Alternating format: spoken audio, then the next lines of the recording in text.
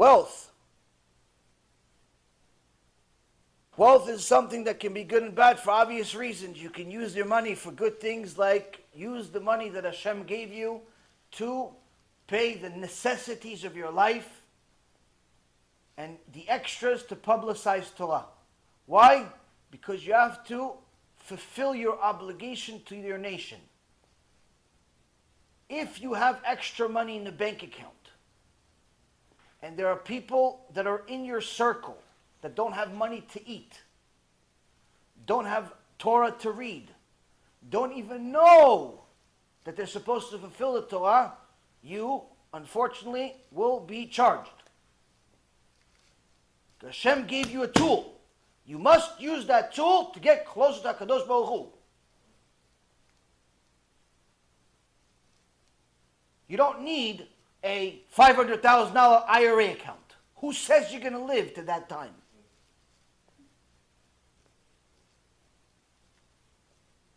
You don't need 3 houses. You could only live in 1. You don't need 3 cars. You could only drive 1.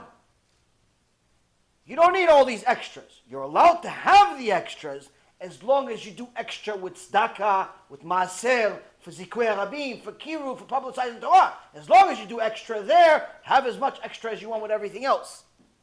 But the problem is that we spend all of the necessities on the necessities and the extras on stuff that's not really so much necessary.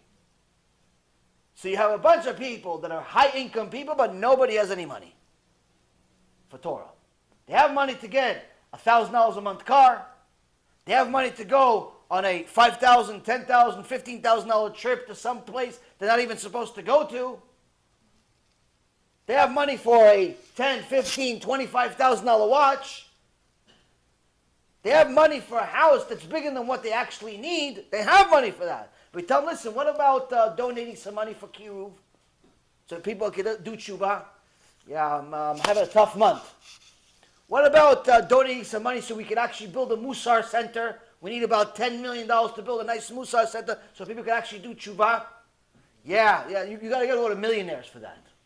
You gotta go to millionaires for that. No, it doesn't. I don't need to go to millionaires. I need to go to every single person that watches our shiurim, every single person that watches our shiurim donates $10. $10 for every shiur they watch.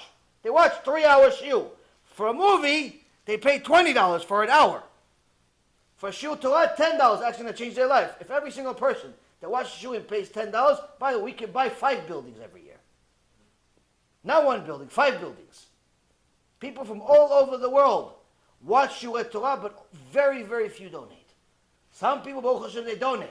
I have no complaints against them. They donate a lot more than $10. $100 and $1,000. There's no issues with them. The issues is with everybody else. The other 99% don't donate 0. 500 questions a week they ask. If you paid $1 per question, we buy 10 buildings.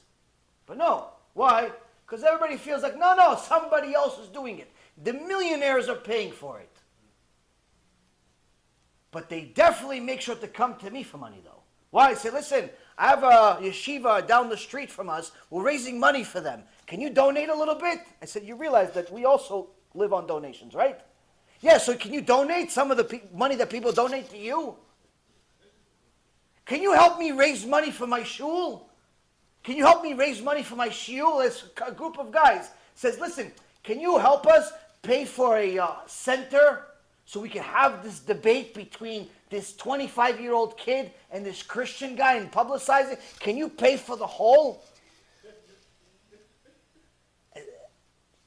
I mean, it's nice that people think that I have so many billions of dollars, but honestly, I don't understand. I don't understand. How do you think what you think? And even if I did have money, like, why would you come to me?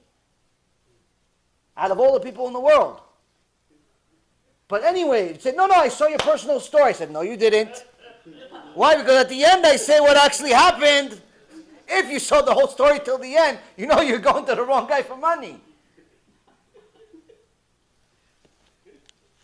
Saw my whole story. It's my best. So anyway, wealth, Rabotai Karim, Baruch Hashem, we get plenty and give plenty. And alvai, we could always be the ones that give. But I find it hysterical that people think they give a lot of money. And because they give, I don't know, a few $100s a month or a few $1,000s a month, and they think, oh, I'm doing so much. And the reality is that first and foremost, you should realize that unless you're giving at least maaser, you're not even fulfilling your obligation. Number two, even more so, if you're not giving to the right place, you're not fulfilling your obligation even if you're giving 90%. If you're giving 90% of your money to the wrong place, you're not fulfilling your obligation. Number three, you have a bunch of loser brothers and sisters that don't want to give, that are freeloaders, that want to benefit from the Torah but don't want to pay for anything. Guess what? You have to make up for them too.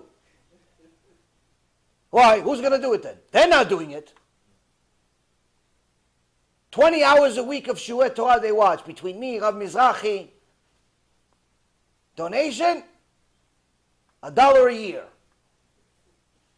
Oh no, $18 for there's before the Kimcha de Pischa or something, for something. Something they have to do. The best is when they say, listen, I sent a check. Never arrives. Never arrives. I sent a check. I sent a check. It's on the way. Never arrives. Now, listen, Parnassah comes from Shamayim. I just don't understand why they do that. Like, why, not only you're not giving, but you also lie about it too. You waste the guy's time.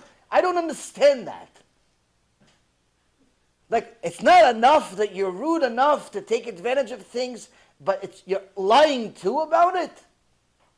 I never understood that. So, it's very important to know that if Hashem gave you money, it's not just to buy more Twinkies.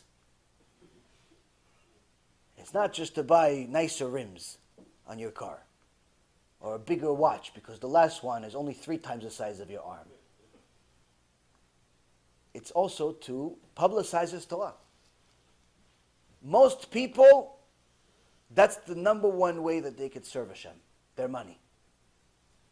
Why? Because they have no intention or inclination to become servers of Hashem by learning His Torah. They want to learn just enough to get by. Well, guess what? You can do that if you invest enough money to make sure that somebody else learns for you a lot more than what you learn for yourself. You can't do that if you get somebody else to do enough kiruv for you, enough because of what you're not doing yourself. You can. You still have to do what you have to do, but you can pay for the stuff that's missing. But if you're not going to do enough on your own, and on top of it you're not going to donate, or what you're going to donate is going to be a joke in comparison to what you're supposed to. One rule that I learned about donations is that if it doesn't hurt, it's not enough. If donations become easy to you, that means you can pick it up a notch. So if, let's say, for example, you're giving, I don't know, $50 a week, or $50 a month, or $50 a year, whatever it is that you're giving. If when you give it, it's easy, make it 55. Yeah, but then I'm not going to be able to do the math, because my accounting on my Excel spreadsheet, it won't add up. I'll be missing $5. Exactly. I'm not saying make it 3,000. 50, 55. Why? Let the emunah muscles work a little bit. How's the $5 going to come up with? That's Hashem's problem. It's supposed to hurt a little bit. A little bit, though. Some people go extreme. They make themselves poor. Now, if you are a Tana, like Rabbi Chizda, hey, you can do it. Some of the Tanaim, some of the Chachamim in the Gemara, literally they would give everything away, to the extent that the poor people would run away from them because they would feel bad. Every time I see these guys, he gives me everything in his house. I feel bad already. I'm the poor guy, and he's making me rich, he's becoming poor. But we're not like that. Not to hurt yourself. We're not at that level. The key is to know that you're supposed to give. If you give, you're doing yourself a service. If you don't give, you're hurting yourself.